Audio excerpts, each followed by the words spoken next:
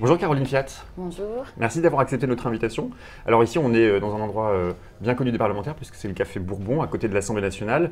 Vous êtes membre d'Ensemble, vous êtes député de la 6e circonscription de Meurthe-et-Moselle sous l'étiquette de la France Insoumise. Dès mardi vous portiez d'ailleurs les couleurs des Insoumis pour briguer la présidence de l'Assemblée nationale, mais c'est François de Rugy, membre de la majorité présidentielle, qui a finalement été élu au perchoir. On va revenir sur ses premiers jours au Palais Bourbon, mais d'abord quel autre regard est-ce que vous proposez aujourd'hui ? Un regard neuf et positif, pas un regard forcément revanchard comme on peut l'entendre, juste ce regard d'une fierté où dans l'avenir en commun on voulait que ce soit le peuple qui rentre de nouveau à l'Assemblée, qu'on soit représenté par des gens qui nous ressemblent et on a quand même gagné un gros pari en faisant rentrer une aide-soignante à l'Assemblée. On n'est pas assez représentatif, mais c'est quand même déjà un grand pas, donc une grande fierté. Ça vous rend plus légitime aujourd'hui pour représenter le peuple d'être une femme qui avait un métier qui n'était pas, enfin qui d'ailleurs a fait l'objet de beaucoup de remarques des journalistes, puisqu'on remarque de manière exceptionnelle que vous êtes aide-soignante effectivement, mais vous pensez que vous avez justement ce regard du terrain, ce regard de la réalité de ce que vivent 90% des Français aujourd'hui ? Et c'est ça, c'est 6 personnes sur 10 n'est pas allé voter aux législatives parce que sur le terrain, nous on y était et on les entendait nous dire « de toute manière c'est tous les mêmes, ils ne savent pas ce que c'est, ils ont qu'à aller gagner le SMIC ». Et du coup, nous on s'est vite rendu compte que quand on tendait le tract en disant une aide-soignante à l'Assemblée, ça matchait, les gens disaient « mais oui c'est ça, c'est quelqu'un qui connaît les réalités de la vie ». Alors hier, c'était les premiers pas dans l'hémicycle. André Chassaigne, le président du groupe communiste, a parlé de déni de démocratie. Comment vous avez vécu cette première séance hier ? Très particulière, donc je ne vous cache pas que personne ne s'y attendait. Nous, on savait que nous n'aurions pas de poste de vice-présidence, on n'en a pas proposé, comprenant le calcul de points et les règles qui fonctionnent à l'Assemblée. Quand on a vu le résultat et que la démocratie ne fonctionnait pas, ben voilà, nous, on s'est aussi décidé à présenter une candidature, parce que dans ce cas-là, si c'est En Marche qui choisit l'opposition, peut-être qu'ils avaient envie de nous choisir nous. Ça n'a pas été le cas, hein, parce que du coup, il n'y a même plus d'opposition dans les vice-présidences. Mais c'est très particulier et en même temps, c'est très instructif. Je ne vous cache pas que moi, j'avais des doutes sur La République En Marche, sur le fonctionnement. On ne peut pas être ni de droite ni de gauche. Enfin bon, j'avais beaucoup de doutes et effectivement, ça commence à se confirmer.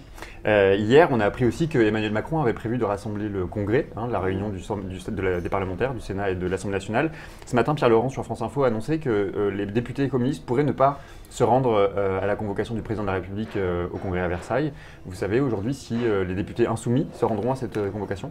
Alors, on a commencé à en parler hier soir et on continue à en parler aujourd'hui. Notre groupe fonctionne en démocratie. Donc, on balance tous les avis et après, on vote et la majorité gagne. Mais là, à cette heure-ci, il y a du pour et du contre. D'accord. On a vu aussi beaucoup de désarroi dans vos regards avant-hier lorsque l'Assemblée s'est levée unanime pour féliciter François de Rugy. On vous a d'ailleurs reproché de ne pas vous être levé pour saluer cette élection. Qu'est-ce qui se passe dans votre tête à ce moment-là quand vous regardez cet unanimisme, ces applaudissements unanimes face à un nouveau président de l'Assemblée nationale ? Mais moi, sur le coup, je n'ai pas été étonnée. Je pensais que tous les membres de l'opposition étaient assis. Mais vu qu'ils sont plus de 350, voilà, je me suis dit, bah oui, 350, ça fait beaucoup. Et donc, et quand on nous a dit qu'il n'y a que nous qui ne nous étions pas levés, je leur ai dit que moi, personnellement, personne ne m'a offert les us et coutumes de l'Assemblée. Donc, moi, je n'avais pas voté pour cette personne.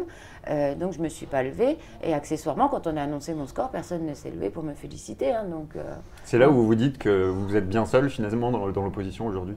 Et qu'il y a un problème de pluralisme à l'Assemblée ? Mais oui, mais carrément.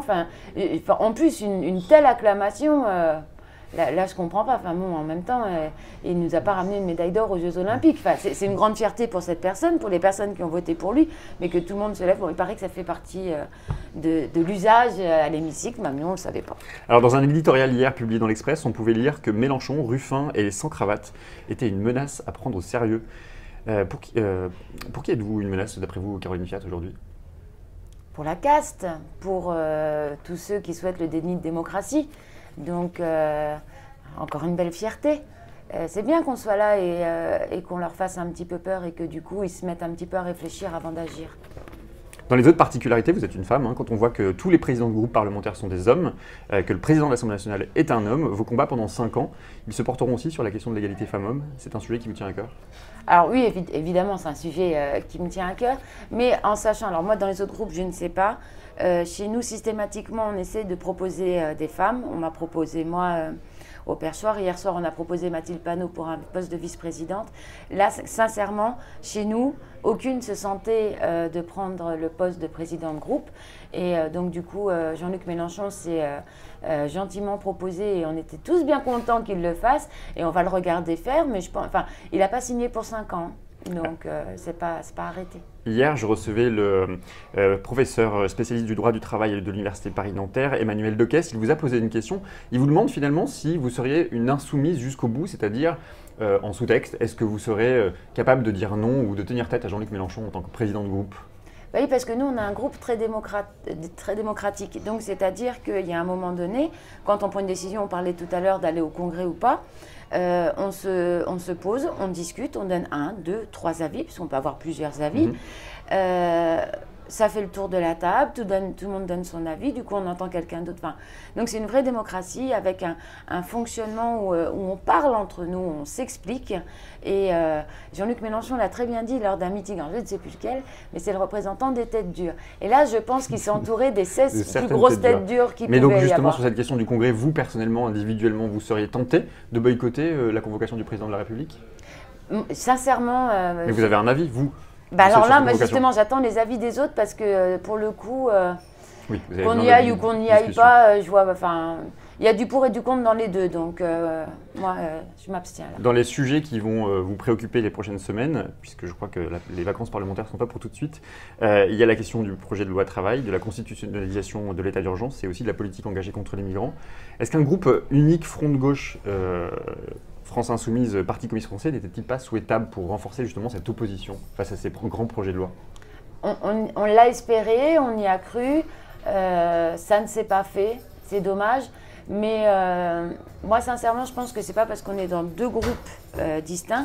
Enfin, la preuve en est, pour le perchoir, le groupe communiste a voté pour moi.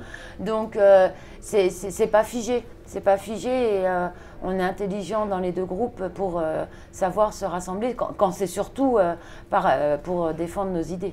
Qui est votre adversaire dans cette assemblée aujourd'hui? La droite, la République en marche, l'extrême droite?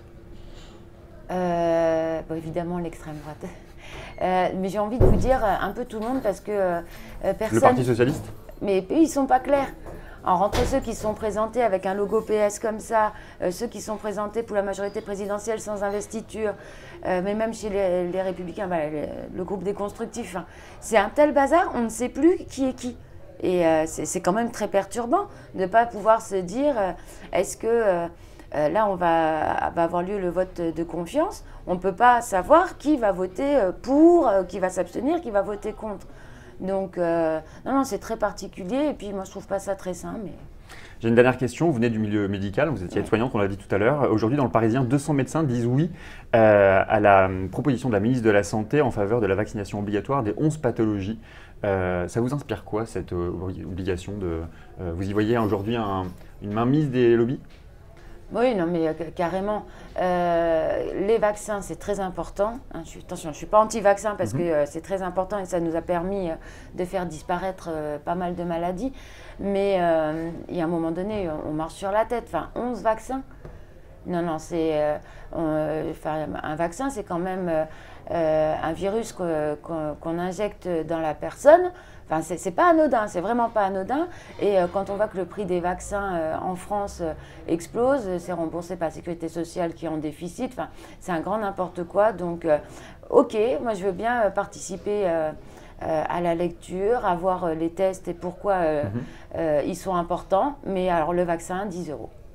Et je pense que du coup, bizarrement, ce sera plus obligatoire. Très bien, on suivra les évolutions de débat au sein du Parlement avec vous. Merci Caroline Fiat.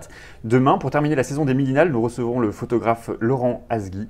Il est connu pour avoir photographié pendant 10 ans les mouvements sociaux et notamment les violences policières dans les mouvements sociaux. Il vient de faire un parcours aussi atypique puisqu'il a suivi la campagne pendant 4 mois des candidats En Marche aux législatives. Vous avez une question pour lui?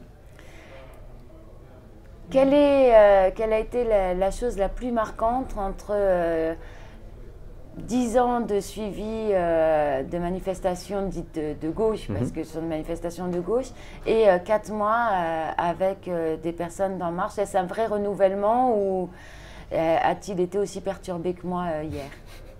Je transmettrai la question. Merci beaucoup. Merci.